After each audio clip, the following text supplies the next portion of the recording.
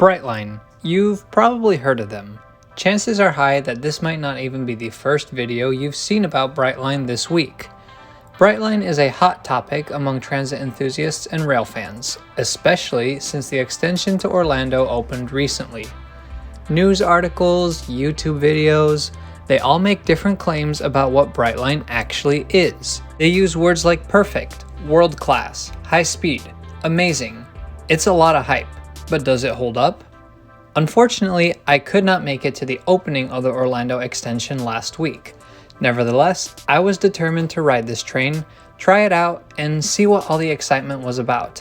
So I'm in Orlando now, exactly a week after opening. Honestly, I think I have an advantage here. We're going to ride the new Brightline extension on just a regular day. Opening parties are fun, but success is in the day-to-day.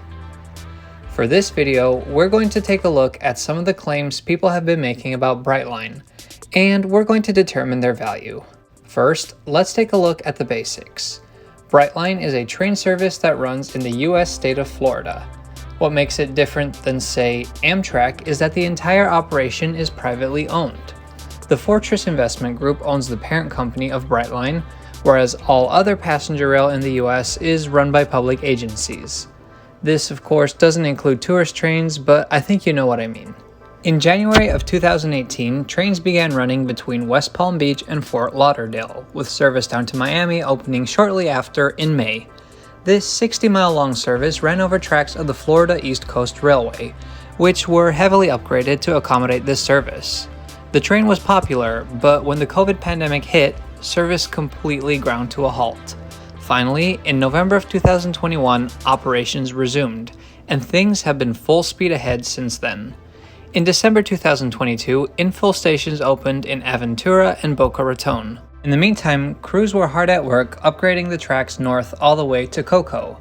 They were also building a brand new line from Cocoa to Orlando, and that new extension is what opened on September 22, 2023. Now, Brightline can truly be considered a serious intercity line that covers longer distances. And they're not done either. There are 3 potential infill stations that could be built. They are considering introducing a commuter train on the southern end of the line into Miami, and furthermore, the line will be extended to locations near Universal Studios and Disney Springs. Kind of a contentious issue that might merit its own video in the future. Finally, trains are expected to serve Tampa someday. I don't believe there's a concrete timeline on these expansions yet. On the other side of the country, Brightline is building a high-speed railway from Rancho Cucamonga, California to Las Vegas, Nevada. Called Brightline West, these electric trains will run at speeds of up to 186 miles per hour or 300 kilometers per hour. Good morning from a very sunny Orlando, Florida, and a very busy Orlando airport. You know things are bad when there's a line for the urinals. It was an early morning for me, but that's okay because we're here, we're in Orlando, we're about to go experience Brightline, and I'm very excited. Orlando is one of those airports where you have to take a people mover to like everywhere, which is absolutely fine by me.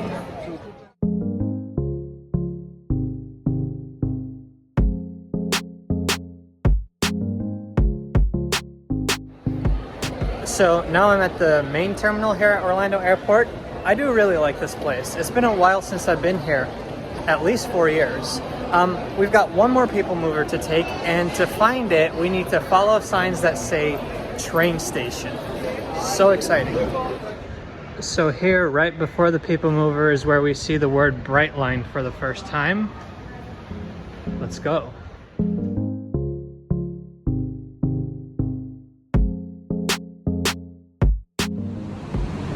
Please stand clear of the doors and hold on to handrails. The doors are now closing. Brightline trains leave from the intermodal terminal at Orlando Airport, which is located a short distance away from the main terminal. To get there, there's this handy people mover.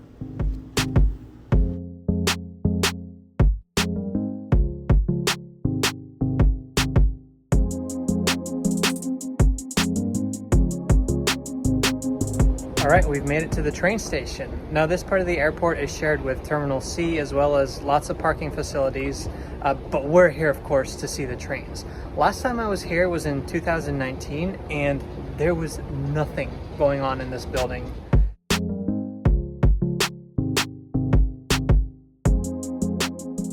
There was nobody here at that time. I think one of the doors even still had a sign on it that said Virgin Trains USA, which, as we know, that's not what they're called anymore.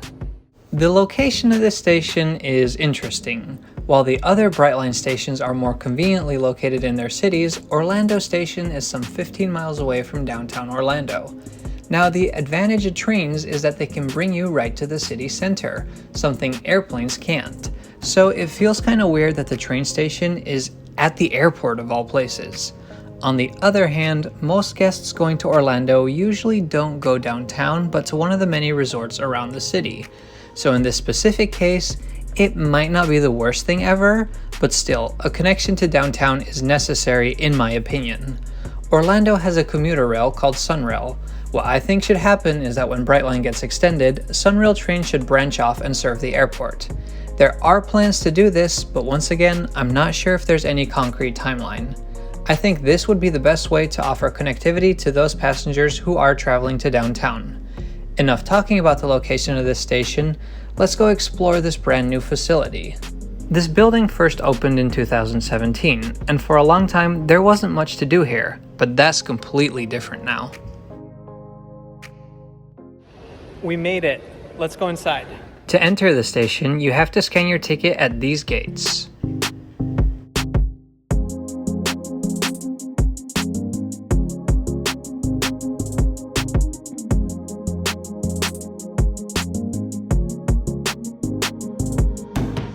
Then there's an airport-style security that you have to go through.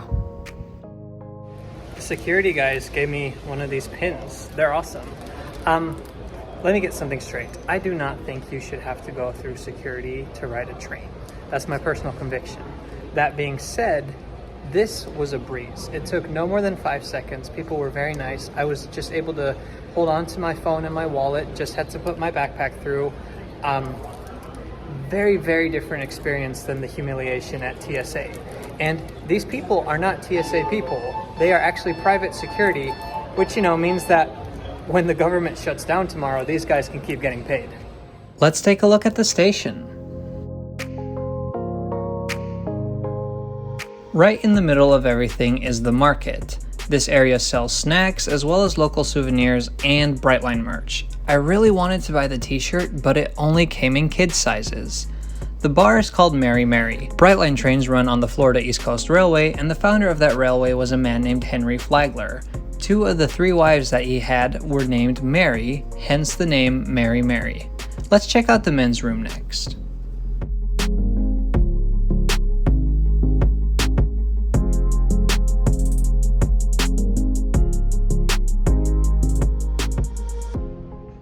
Somebody just left without washing their hands.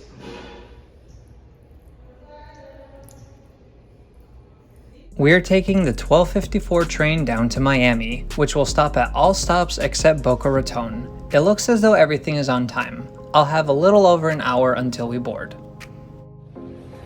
Everyone is so nice here. I was checking out the conference room and this guy's like, that's available to rent, if you ever have an event here. Like, okay. Your access to the facilities here at the station depends on what kind of ticket you bought. Brightline fares come in 2 brackets, Smart and Premium. Now, Smart fare, which is the basic class offering, will set you back around $80 from Orlando to Miami. It gives you access to the Smart Lounge, which is simpler but still much nicer than most waiting rooms I've been in. Particularly the little play area for kids is thoughtful. I decided to splurge and go for Premium. My future kids don't need to go to college. This cost me $149, which that's kind of a lot for a 3.5 hour trip. It's cheaper than airfare for sure, so I won't complain too much, but I hope that things can work out in a way that prices are lowered a little bit. Is Premium worth it? Let's take a look. Here at Orlando Station, Premium passengers have access to conference rooms, which is kind of a cool perk. You can use the station's printer, but most importantly, you get access to the Premium Lounge. To access the lounge, you need to pass through another set of gates. When I walked in, I was asked to stay away from the food area for a little bit since Brightline management was being interviewed by a local TV station. No problem, I'll just test these comfy seats while I wait. Yes, very comfy.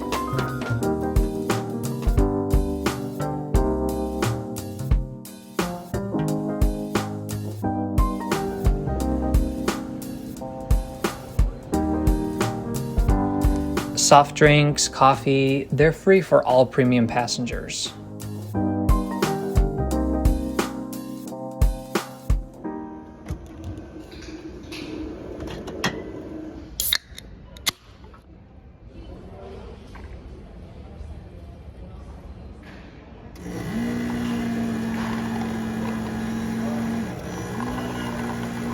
You may be wondering, why did Thom get a hot chocolate when he's in Florida?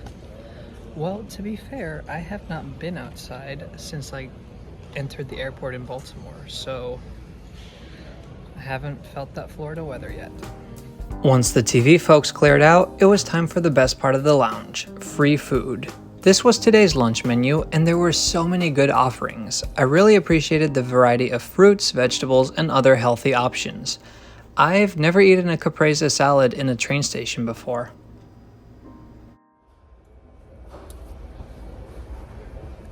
Lunch is served.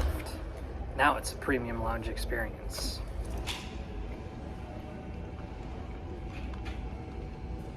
It's all really good and fresh too. I've decided to sit at these high tops because they overlook the platforms, and that way I'll be able to watch my train pull in. There it comes. Do you see it? Right on time at 12:19, our train pulls in. Brightline trains are built by Siemens. The passenger cars are Siemens Venture cars, and on both ends there is a Charger diesel-electric locomotive. To be more specific, these are classified as SCB-40 locomotives. I have to admit, this lounge is a super comfortable, relaxing experience. Really, really glad that I came here and gave myself the time to do this. My train just pulled in. It's the one with the Orlando wrap, which is really cool on the outside, but that means that for 3.5 hours I'm gonna be looking at stupid little dots. Whatever. Miami, with stops in West Palm, Fort Lauderdale, and Aventura, is now boarding all guests in Premium Coach 1 and Smart Coaches 2 through 4 on track number 1. That's me. It's getting real.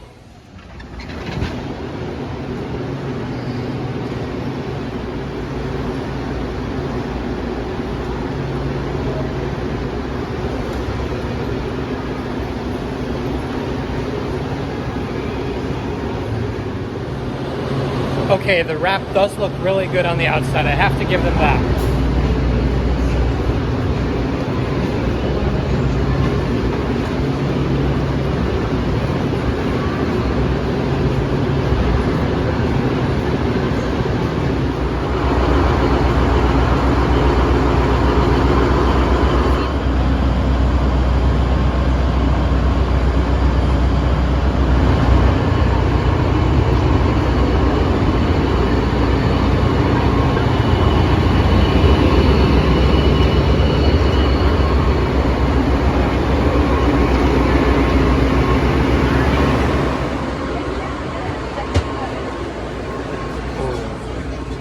Premium class is laid out in a 2+1 configuration.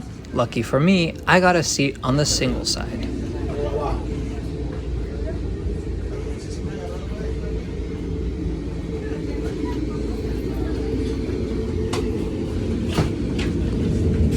C, this is me. Oh yeah.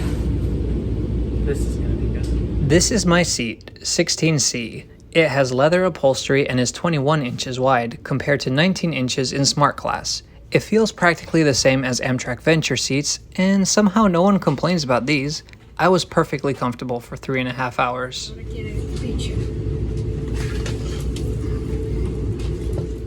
Each seat comes with USB charger ports and regular power sockets, and not just at the side of the seat, but hidden in the table as well.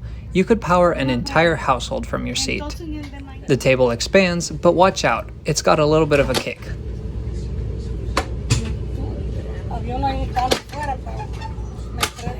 The seats don't recline, but the bottom cushion does move. Luggage can be stored in the large luggage racks at the end of the car, while smaller items can be placed in the overhead racks.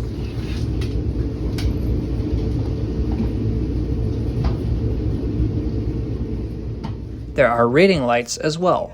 2, in fact. If you're enjoying this video, consider subscribing to Trains Are Awesome. Next week, I will begin a series on Amtrak's most scenic train, the California Zephyr. West Palm Beach, Fort Lauderdale, and Aventura. Please take a moment to look at your ticket and ensure you're seated in the correct coach and seat number. Thank you, and let's go ahead and enjoy this ride together. So we've begun to slowly leave Orlando Airport. I have to say the thing that strikes me the most is how much these cars look like the Amtrak Midwest Venture coaches. They're very nice cars. It makes me excited for the Aero in the future. We're slowly pulling out of Orlando Airport. Now I think it's in part due to the curves in the track and in part due to the diesel locomotive, but our acceleration is not great. Nevertheless, it's not long before we're climbing up towards our top speed.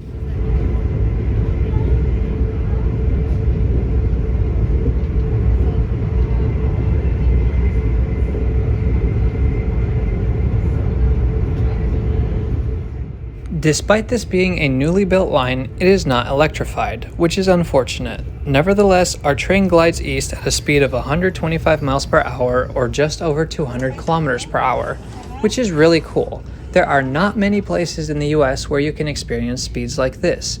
However, it does lead me to my next point. A lot, and I mean a lot, of media call this a high-speed train. I can't tell you how many headlines I've seen along the lines of America's first high-speed train or America's fastest train. According to the International Union of Railways, the minimum speed for newly built high-speed rail is 155 miles per hour or 250 kilometers per hour. Furthermore, worldwide we see that high-speed trains generally run on grade-separated tracks which enable them to safely travel at these speeds. Brightline does not. Particularly this title bothers me, especially considering that this video was published long before the Orlando extension was even opened. The Acela in the Northeast is faster and travels a much longer distance than Brightline. Brightline's top speed, which it really only reaches for a few minutes, is the same as the Northeast Regional, which I don't think many people would consider a high-speed train. Now, if you've watched my Acela video, you'll know that I don't even count the Acela as true high-speed rail on account of its low average speed and it exclusively sharing tracks with slower trains. So no, Brightline is not a high-speed train, not by any definition that I would feel comfortable using. It is a higher speed or medium speed intercity train, and it's still a really good development. Because the US is so behind the rest of the world when it comes to trains, we need companies like Brightline to lead the way, but we can celebrate its accomplishments without lying or exaggerating about what it is. Now we looked at the bathrooms at the station, time to check out the toilets on board the train. As a side note, I really like these benches in the vestibules. Very nice for when you need to step out and take a call.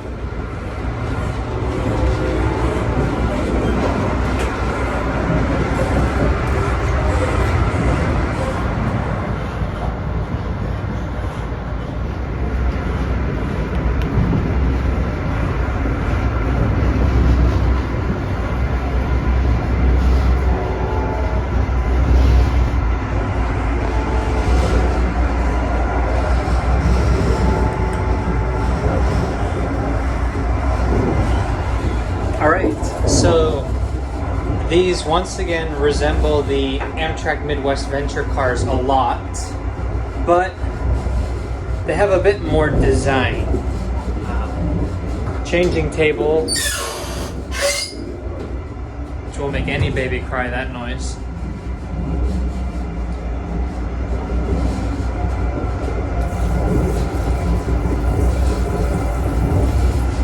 Excellent. Really, really good.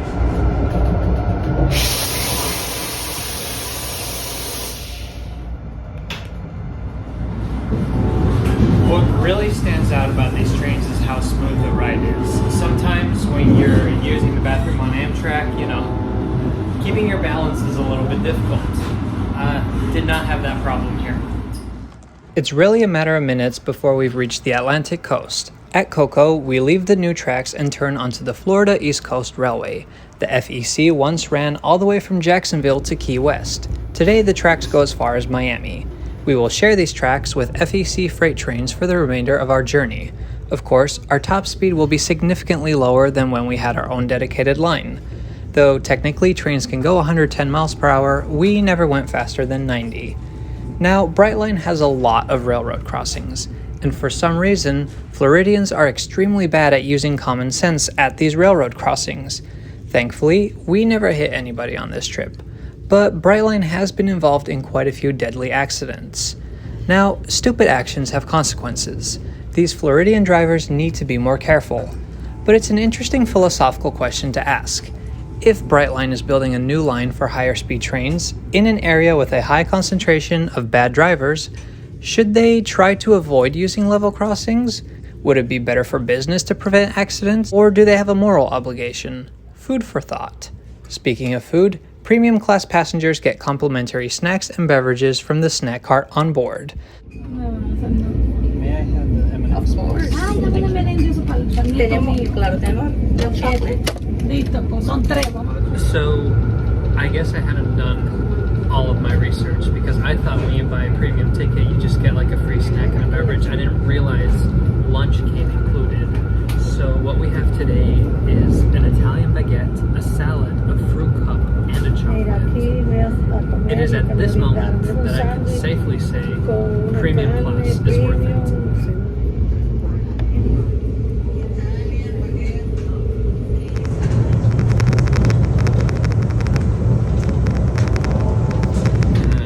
Cute little dessert to finish this phenomenal meal.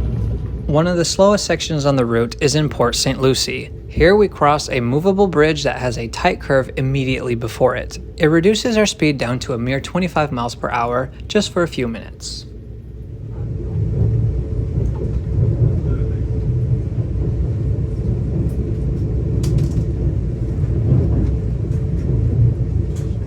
Welcome to West Palm Beach. Thank you for riding Brightline. Have a bright day. Pulling into West Palm Beach, I realized that it's been a long time since we've actually stopped somewhere. The train actually gets a lot busier here. Every seat in Premium was full. These new passengers got snack boxes instead of a full meal. One guy asked our attendant if she'd been on the Orlando section yet. My compliments to her for being so polite in the face of such an obvious question.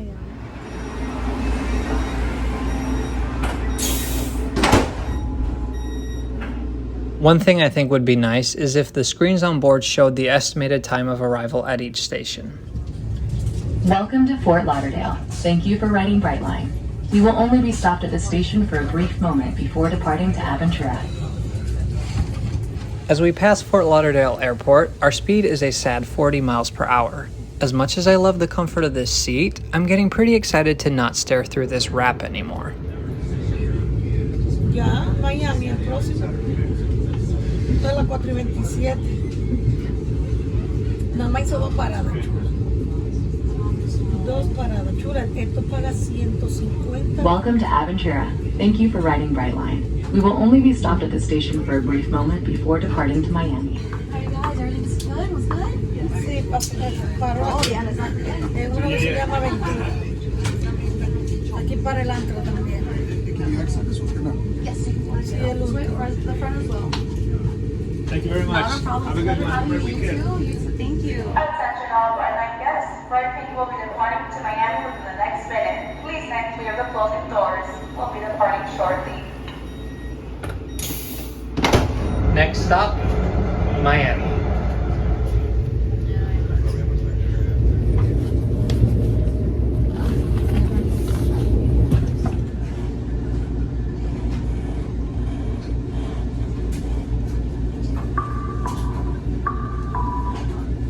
Attention all Brightline guests. Bright Pink, we are in Miami, the 305.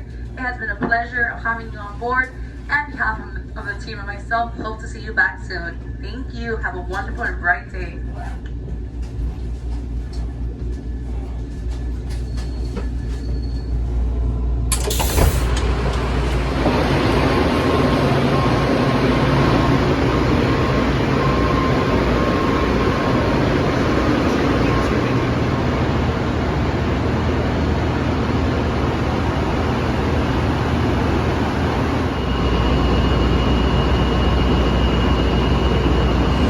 Exactly on time, down to the minute. We made it to Miami Central Station.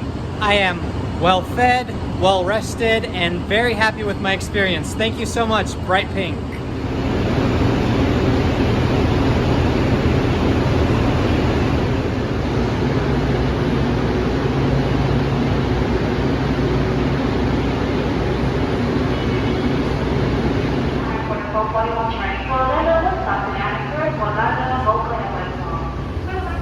Now that we've said goodbye to our train, time to briefly explore Miami Central Station, and then we'll head into Miami. Miami Central is located at a prime location downtown, much better than the Amtrak terminal. Connections are available to both the Metro Rail, the Metro Mover, and in the future, Tri-Rail commuter trains.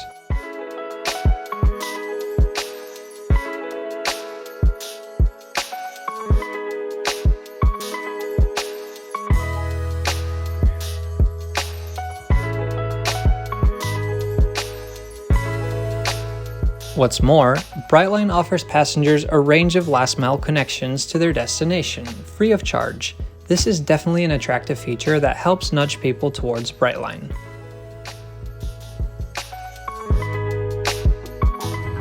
Wow, that is a very nice station. We're finally here in Miami. Now that we've done the whole line all the way from Orlando, it's time to talk about Brightline. So, what's the verdict on Brightline? Let me first say that I thoroughly enjoyed the ride. I've been looking forward to this for a long time, and I was not disappointed. What Brightline scores best in is customer service. Particularly if you book premium class, the perks are enough to make this Amtrak's best passenger train experience. From good food, to friendly staff, to pleasant stations, Amtrak and other railroads should seriously take notes. Brightline also offers way more frequency than Amtrak, since Amtrak only operates 2 trains a day in Florida. It's the obvious choice for the destinations it serves. But is it high speed? Has Brightline finally ushered the American railways into the 21st century? I'm sorry, but to that I have to say no. The trains are diesel, there are security checks, many railroad crossings, and I just cannot justify calling it high speed. It's an intercity corridor service like the Northeast Corridor in the Northeast, but with nice trains. A welcome addition to the Florida transit scene, but not a revolutionary lurch into the future. What will be a game changer in my opinion is Brightline West. This will be an electric line that travels at speeds that are truly high speed, and at the rate things are going, it might open before California high-speed rail. Brightline West will be a train comparable to the world's greats, like the Shinkansen and the TGV. Brightline Florida, it's a stepping stone in the right direction, and I'm glad it's here. The future is bright. Did you enjoy this video? Please subscribe to Trains Are Awesome. It means so much to me. Thanks for watching. We'll see you next time.